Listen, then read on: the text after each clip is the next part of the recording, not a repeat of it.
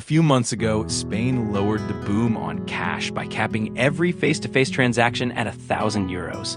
France has enforced a similar ceiling for years, and the trend is inching across the continent like digital ivy creeping up a wall. One statute at a time, we're all being herded into a cashless corral.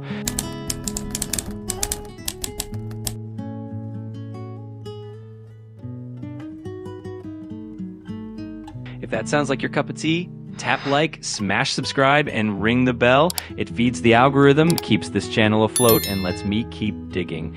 Quick legal note, I'm just a commentator, not your financial advisor, and nothing here is meant as instructions to break the law. Use your own judgment, or better yet, a paid professionals.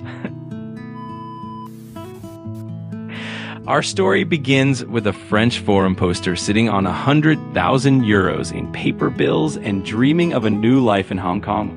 Unfortunately, in 2025, every toll booth, ATM, and public toilet turnstile logs your payment history, and regulators treat large wads of cash like radioactive isotopes.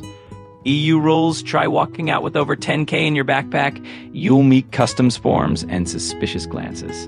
US rules, anything around 10K triggers mandatory reports, bank interviews, and polite but firm questions about source of funds. Bank rules everywhere. If you show up with a duffel bag of cash, be ready for paperwork thicker than a Tolstoy novel. The poster floated two ideas, cargo shipping lines and a buddy's private jet, but both cost a fortune and still risk seizure. What he really wanted was a way to move money without physically moving money. Cue the Knights Templar of the 12th century. Pilgrims crossing Europe deposited gold in one city and withdrew it in another, thanks to secret ledgers only trusted clerks could decode. No gold coins had to traverse pirate-infested seas. Everything settled on paper. The concept survives today in various underground remittance systems, the most famous of which is HAWALA. HAWALA, reputation over wires. Like Western Union stripped of neon signs, office receipts, and government databases. It thrives on three pillars.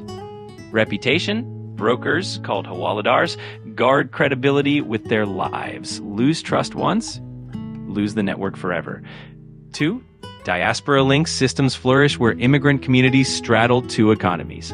Ledger offsets. Cash rarely travels. Debts are balanced later through trade invoices, import-export markups, or simple book entries. Imagine our French poster walks into a neighborhood shop populated by, say, Lebanese importers. He hands over euros.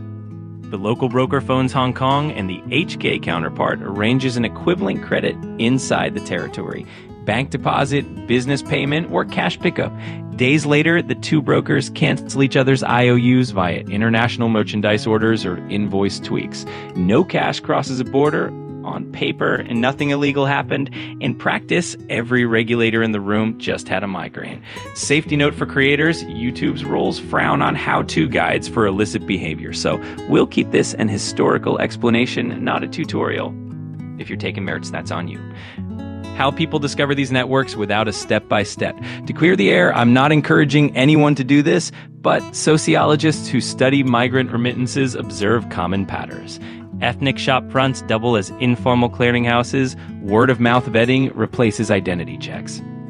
Test transfers, tiny amounts first, establish trust before serious money shows up.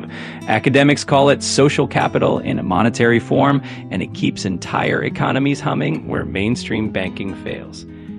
Macau and the casino shortcut. China's money class scaled the principle inside Macau casinos. 1, buy chips with yuan, convert chips to Hong Kong dollars or US dollars at a casino cage.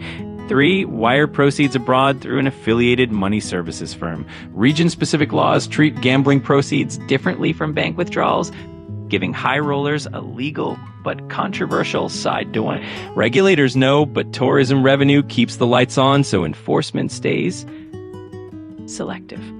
When Europe blocks cash, Turkey opens doors. Across the Mediterranean, Turkey's runaway inflation has locals scrambling for hard currency. Walk through Istanbul's Grand Bazaar and you'll find OTC crypto desks offering some of Europe's best rates, because everyone wants your euros and dollars. Anecdotally, certain banks, for example, Kuwait Turk, have been reported to open same-day accounts if you show up with 5 figures in cash and a trustworthy Turkish speaker to vouch for you. No SIM card, no local tax ID, and no month-long limbo. Again, that's a sociological observation, not an endorsement. Why this matters in a CBDC world? Central bank digital currencies promise faster settlements and ironclad audit trails. They also hand governments an off switch over every citizen's wallet. History suggests that when official channels clamp down, unofficial channels blossom. Privacy seekers pivot to peer-to-peer cash substitutes. Cross-border families rely on trust networks rather than pay high remittance fees. In short, the underground isn't shrinking, it's mutating to fit the demand.